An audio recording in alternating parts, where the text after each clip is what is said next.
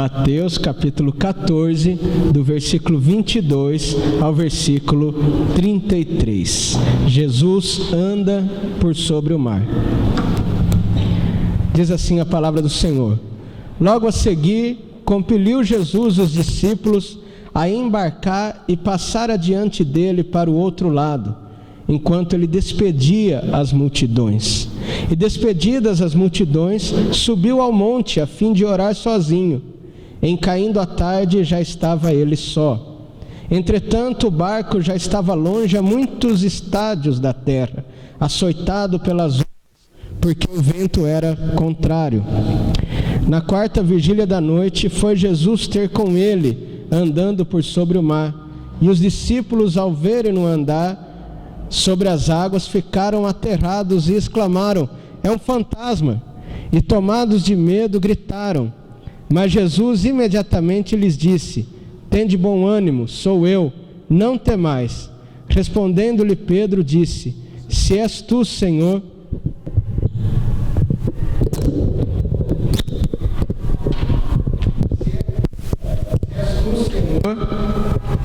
manda-me ir ter contigo por sobre as águas. E ele disse: vem. E Pedro, descendo do barco, andou por sobre as águas e foi ter com Jesus. Reparando, porém, na força do vento, teve medo. E começando a submergir, gritou: salva-me, Senhor. E prontamente Jesus, estendendo a mão, tomou-o e lhe disse: homem de pequena fé, por que duvidaste? Subindo ambos para o barco, cessou o vento. E os que estavam no barco o adoraram, dizendo: verdadeiramente és filho de Deus. Uma história muito conhecida e muito lida. Nós sabemos o quanto que a nossa vida muitas vezes é complexa. Talvez se eu perguntar a cada um aqui sobre como vai a sua vida, talvez você conte muitas histórias. Talvez você esteja passando por um momento de dificuldade, passando por um momento que a gente até considera realmente como uma tempestade. Eu creio que muitos aqui poderiam descrever a sua vida como uma montanha russa, não é mesmo? Uma hora você está bem, outra hora você está lá embaixo, e parece que a gente está sempre nessa caminhada. E isso atrapalha muito a nossa fé. Às vezes parece ser algo muito complicado, porque eu acho até engraçado, existe uma música do Raul Seixas, que ele diz assim: dois problemas se misturam, a verdade do universo e a prestação que vai vencer. Não é um negócio meio engraçado? Às vezes a gente está assim na igreja pensando na eternidade de Deus, no infinito, mas ao mesmo tempo preocupado porque amanhã é segunda-feira e tem aquela conta que eu não consegui pagar e aquele tipo de coisa. E isso muitas vezes vai gerando na nossa vida um grande contraste, né? Poxa, numa hora nós temos Deus, nós sentimos aquela fé, e outra hora nós estamos caindo em pecado, desanimados. Uma hora parece que a gente faz tão bem para o próximo, outra hora parece que a gente atrapalha. Uma hora parece que você tem aquela oração da fé, e outra hora parece que você nem quer orar. A nossa vida é passada, é vivida em grandes contrastes também, e eu lhe digo que a fé é assim. A vida cristã é assim mesmo. E aqui nesse texto nós vamos ver grandes contrastes e também harmonia da vida cristã. Nesse texto que nós estamos lendo, onde Jesus anda por sobre o mar, foi um momento muito especial que aconteceu depois daquele milagre da multiplicação dos pães, né? Ele multiplicou os pães, aquela coisa maravilhosa, recebeu aquele monte de gente, ele já estava ensinando aquelas pessoas, ele já alimentou aquelas pessoas, estavam despedindo já. Foi um dia muito cansativo. Foi quando eles ficaram sabendo que João Batista também tinha morrido. Ou seja, era um tempo também de muito conflito.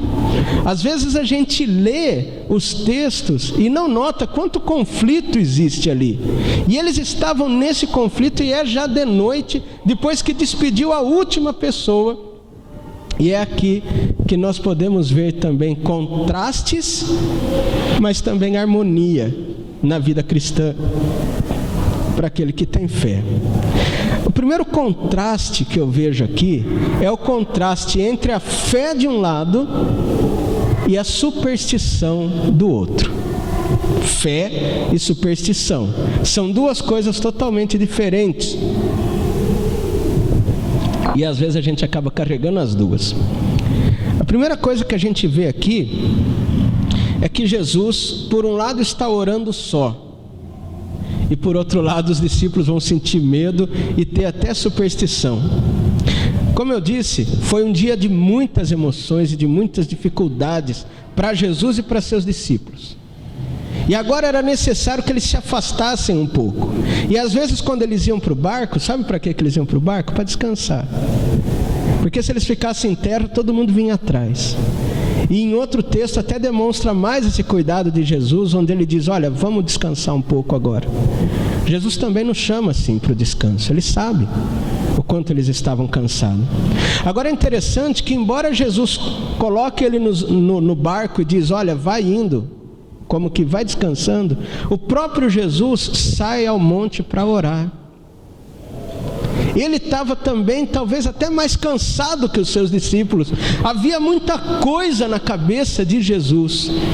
E ele, como homem perfeito que era, sabia que precisava orar. Você vê que coisa, né? Jesus Cristo, Filho de Deus, o próprio Deus, mesmo cansado, talvez mais que os discípulos, ele reconhece a necessidade dos discípulos descansar. Mas para ele é mais importante ainda orar. Eu imagino, meus irmãos, que nessa oração ele quisesse colocar ao Pai, por exemplo, as suas impressões sobre a morte de João Batista, que aconteceu aqui um pouco antes. Eu creio que isso foi um negócio que mexeu. Às vezes a gente pensa que não, né? Que Jesus sabe de todas as coisas. Poxa, ele chorou quando Lázaro morreu. Eu creio que assim, João Batista, que foi seu precursor, ter morrido decapitado por Herodes, foi um negócio também. Eu creio que Jesus foi colocar em oração esse milagre. E também João nos conta que depois desse milagre, as pessoas ali queriam transformar Jesus num rei. Você já viu isso? Isso está lá em João 6,15, se você quiser olhar depois.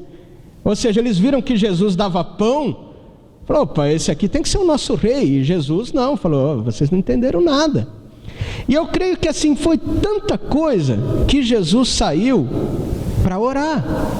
E isso demonstra qual é o nosso trabalho pela fé, né? Orar, realmente buscar em Deus. Jesus, como homem perfeito de Deus, sabia que mais que qualquer outra coisa, mais até que descansar, ele precisava orar. Do outro lado, aí que vem o contraste. Do outro lado, a gente vê os discípulos num momento muito difícil, saindo até da fé para a superstição. Por que eu estou falando superstição? Vamos ver. Os discípulos estavam sentindo essa preocupação de Jesus, mas eles mesmos não conseguiam ver de maneira tão clara. Eles não sabiam exatamente o que estava se passando. Então eu creio que eles estavam cansados, talvez preocupados. Ele falou, poxa, vamos descansar, sei lá que hora que nosso mestre vai aparecer. Entretanto, eles começaram a ter um problema urgente e um problema, digamos assim, muito mais palpável.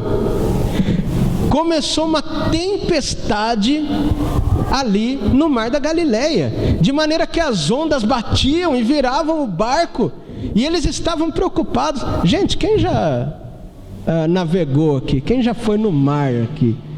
De noite. É complicado entrar de noite. Na praia, quem já foi em praia sabe. Você entrar de noite, é tudo escuro, você só vê aquela espuma branca ali.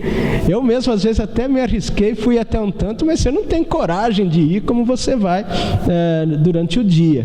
Imagina você num daquele barquinho precário. Era barquinho que não tinha motor, era um barquinho só de madeira com uma velinha ali.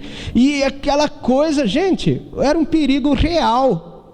Um perigo urgente.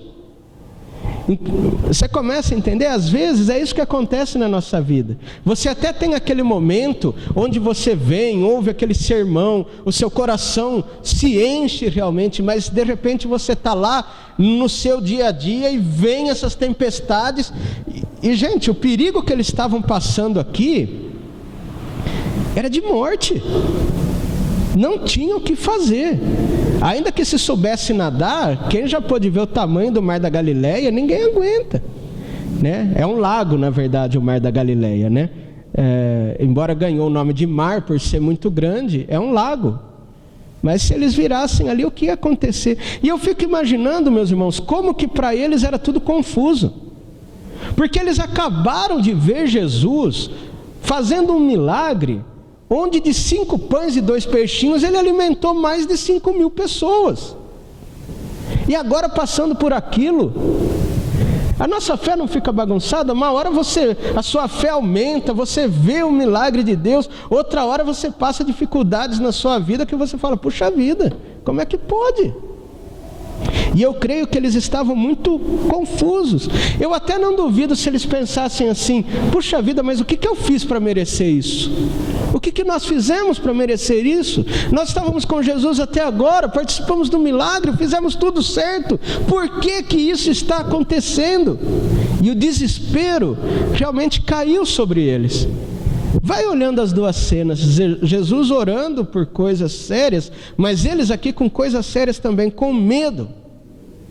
E nessa hora do medo, é que muitas vezes a nossa fé acaba dando lugar, sabe a quê? A superstição.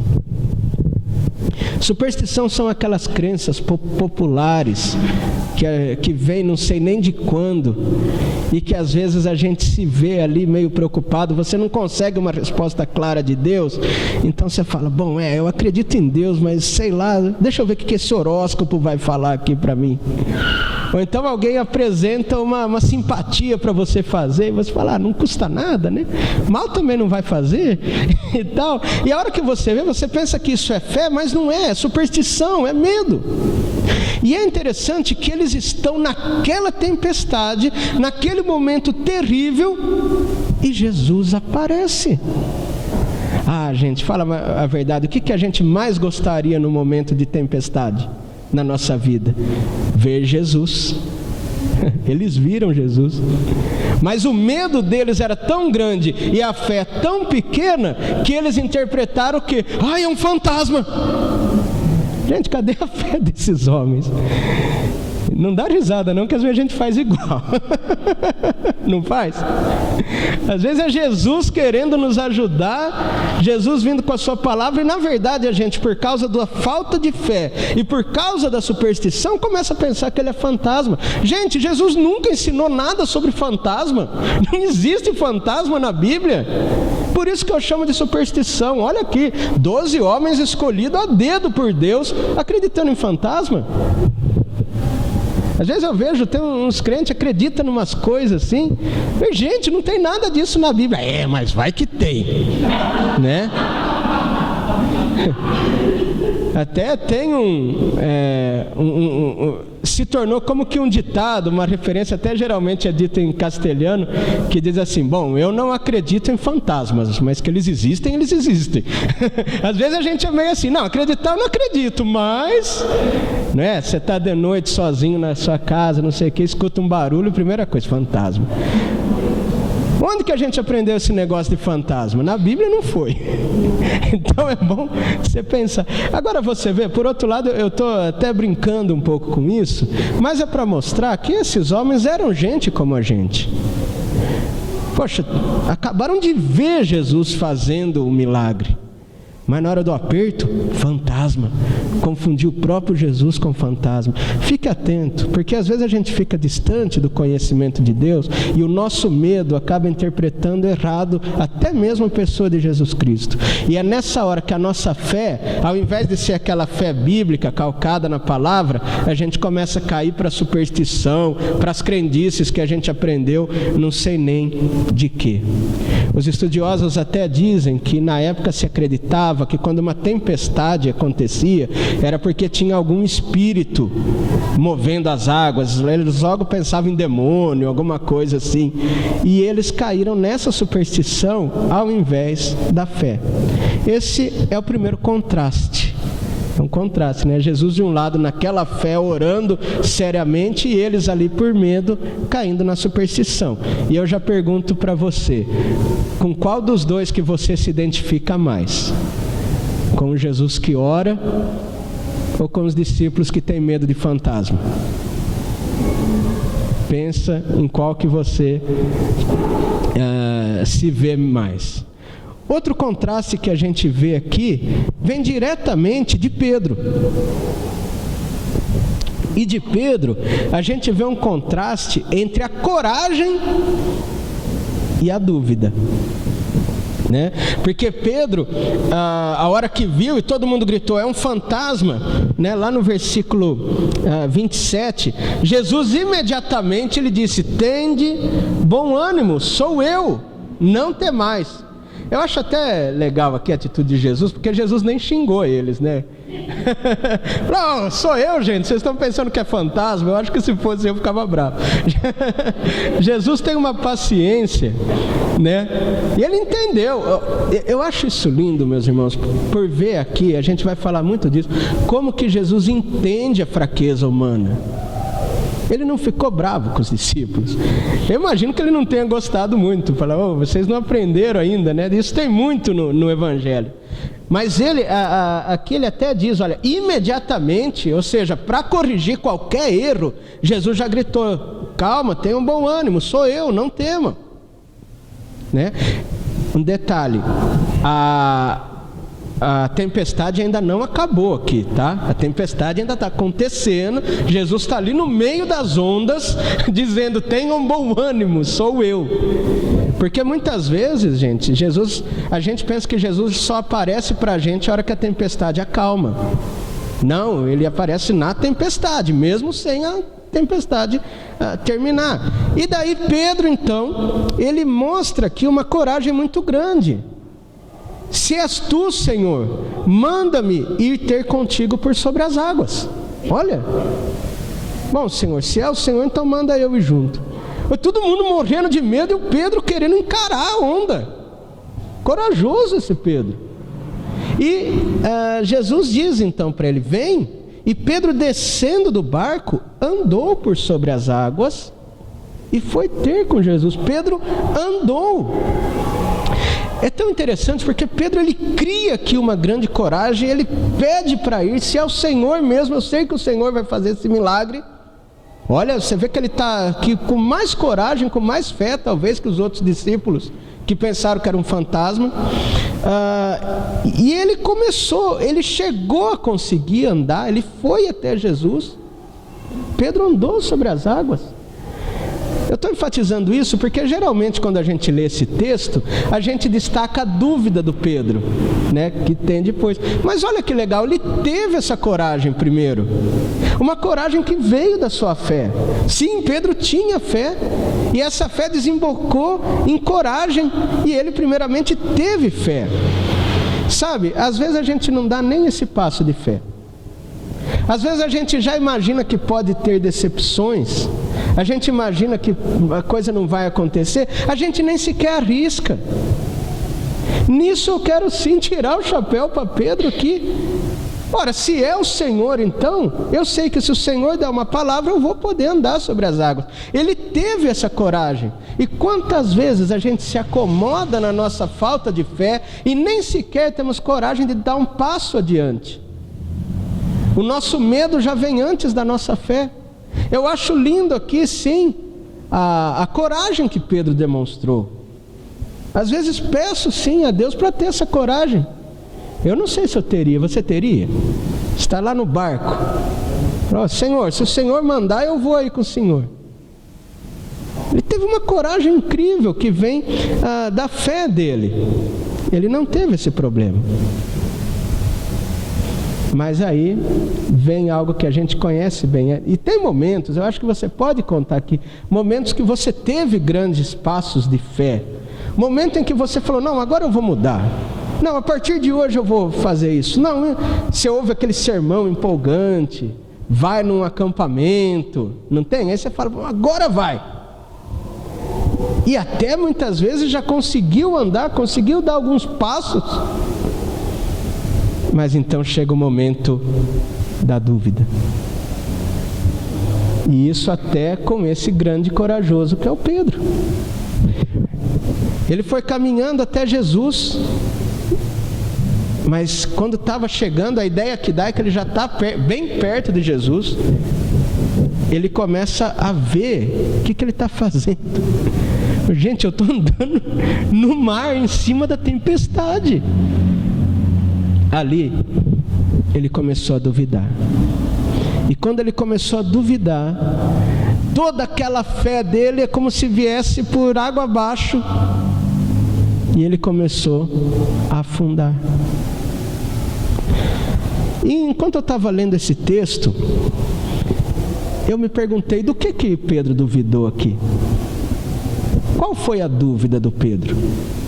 Dúvida de que era Jesus não foi, porque Jesus estava ali na frente dele, em carne e osso, em cima das águas. Dúvida de que ele poderia andar sobre as águas também não foi, porque ele já tinha dado vários passos ali, eu imagino. Qual que foi a dúvida de Pedro? Eu creio que Pedro duvidava dele mesmo. Pedro duvidava que talvez ele, um homem tão imperfeito, pudesse estar fazendo um negócio daquele. Ele duvidava, talvez, que Jesus vai gastar um milagre comigo. A gente não tem isso, até como se fosse gastar, né? Vai gastar milagre comigo? Quem sou eu? Eu não sou ninguém. Ou talvez ele falasse, será que isso é para mim mesmo? Será que sou eu mesmo que Jesus chamou? Eu não sou digno de estar fazendo isso aqui que eu estou fazendo. Ele olha para as ondas, olha, nada aqui faz sentido. Você nota, não foi dúvida de que Jesus podia fazer, porque ele estava vendo Jesus ali. Não foi dúvida de que ele podia andar sobre as águas, porque ele já tinha andado. Eu creio que ele duvidou que ele era alguém digno de estar andando por sobre as águas na direção de Jesus. E meus irmãos, minhas irmãs, muitas vezes as dúvidas que nos pegam são essas mesmo. A nossa vida é um contraste. Às vezes nós temos momentos tão corajosos e às vezes nós temos momentos tão fracos. Eu confesso para os irmãos que eu estava relendo esse sermão, que eu já escrevi há algum tempo, e parecia que Deus estava falando comigo de novo. Olhando isso, falei, puxa vida, do que eu estou duvidando? Do que eu estou duvidando? E a gente precisa parar e ver justamente isso. E lembrar, talvez, daqueles bons momentos, daquela coragem, e reconhecer que às vezes a gente enfraquece, mas o mais lindo de tudo isso é que mesmo na hora da dúvida, mesmo na hora que ele estava afundando, ele não duvidou da coisa mais importante. Ele não duvidou que Jesus salvava. E embora ele estivesse afundando, ele gritou, salva-me, socorro! E Jesus prontamente o salvou. Talvez você possa duvidar de tudo. Às vezes eu sei, na minha vida, na vida de cada um, às vezes passa por situações tão difíceis, que até a gente é difícil de manter ali a fé, mas nunca esqueça, Jesus é aquele que salva, é aquele que está próximo de você, e graças a Deus, porque essa fé Pedro manteve. Às vezes a gente se afunda, sabe por quê? Não só por causa daquela dúvida de estar sobre as águas, mas por causa até do orgulho. Como se Pedro fosse afundando, e daí ele dissesse assim, mas eu mereço mesmo, eu não tive fé, eu tenho mais é que afundar mesmo. Né? Como que Deus vai aceitar um homem desse, que já foi tão corajoso uma hora, agora está duvidando? Não, Senhor, então deixa que eu vou morrer. Tem gente às vezes que fala, não, eu vou para o inferno mesmo, porque onde já se viu, eu não posso ser crente. Tem gente que acha que isso é bonito, mas isso é só orgulho, é arrogância. Pedro realmente errou, fraquejou, duvidou, mas ele não duvidou que a salvação está em Cristo Jesus. E quando ele clamou, Jesus não deu nem um sermãozinho nele, não. Porque se é a gente falar, você não duvidou de mim? Agora afoga, vou deixar você afundar um pouco, você aprender a não duvidar de mim. A gente é assim, Jesus não. Jesus prontamente o levantou. E aí, meus irmãos, o texto que até agora a gente só estava vendo contraste, né? Porque a gente viu que o contraste entre a fé e a superstição.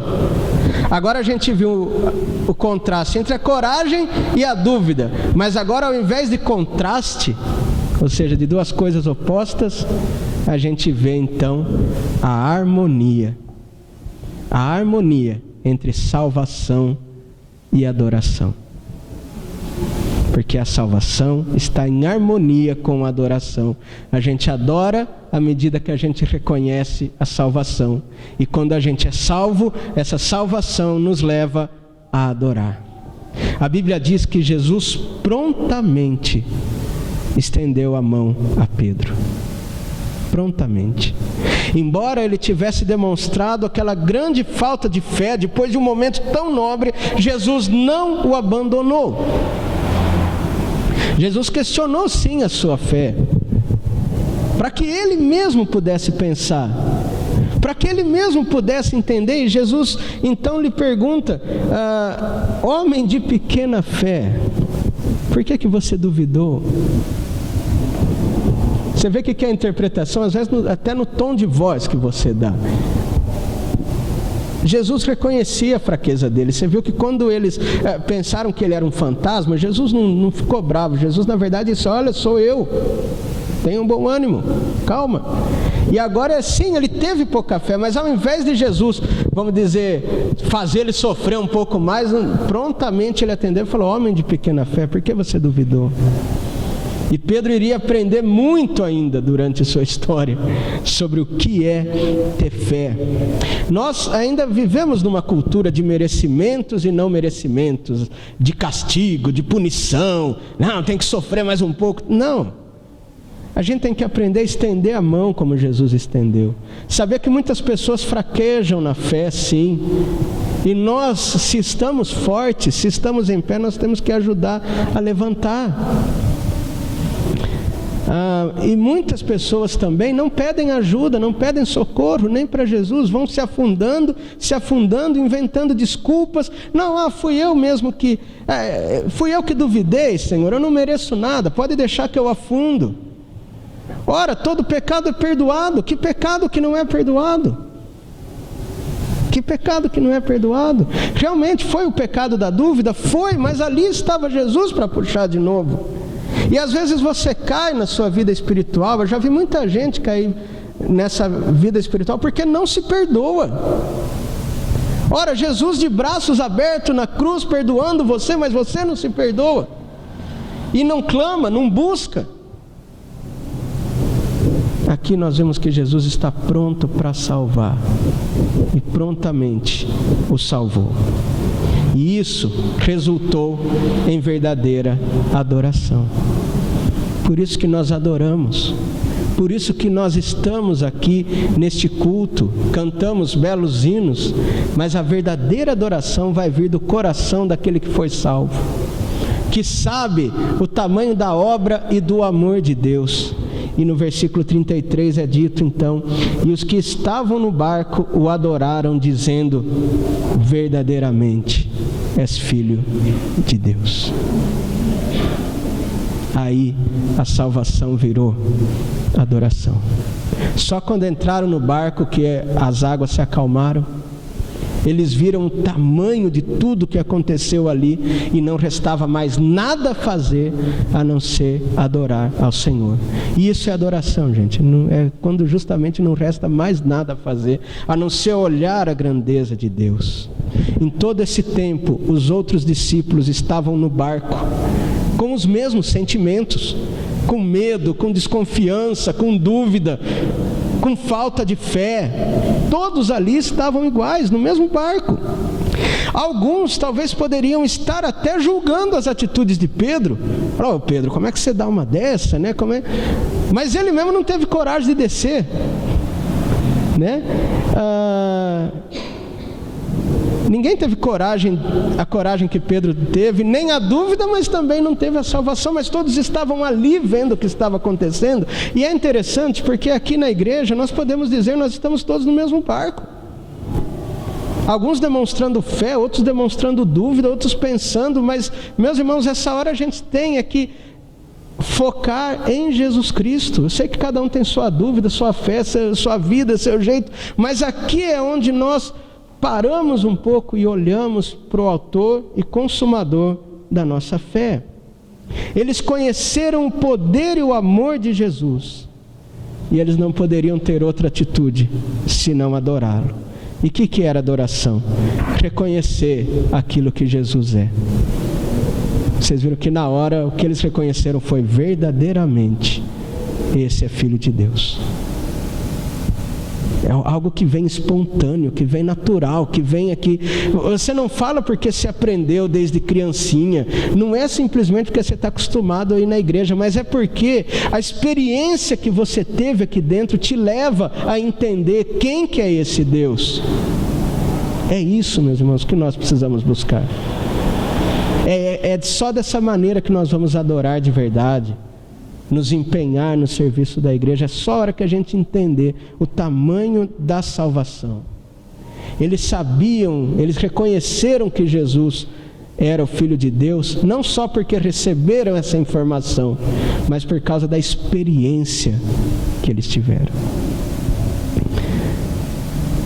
Termino então perguntando: como vai sua vida de contrastes e fé? Como vai sua vida entre a fé e a superstição? Aumente sua fé em oração. Busque a Jesus Cristo. Deixe as superstições de lado. Se não está na Bíblia, larga, né? Transforme seus medos em oração. Transforme suas dúvidas em conhecimento da palavra. Talvez você tenha aqueles contrastes entre coragem e dúvida. Meus irmãos, é só pela fé e até mesmo pelos erros que nós vamos aprendendo a ter experiência. Eu me lembrei aqui, até gostaria de ler para vocês o Romanos capítulo 5. Gostaria que você abrisse brevemente até para ver. Olha, na nossa vida, sim, nós sempre vamos estar entre a coragem e a dúvida. Nós somos fracos, nós não somos perfeitos. Mas olha o que diz Romanos 5, do 3 ao 5. Romanos 5, do 3 ao 5. E não somente isto, mas também nos gloriamos nas próprias tribulações, sabendo que a tribulação produz perseverança, e a perseverança, experiência, e a experiência, esperança.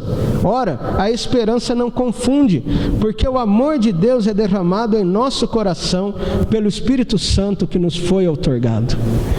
Com certeza aquela tribulação que Pedro passou, e ele deve ter se sentido muito mal por ter duvidado e começado a afundar, essa tribulação trouxe a ele experiência.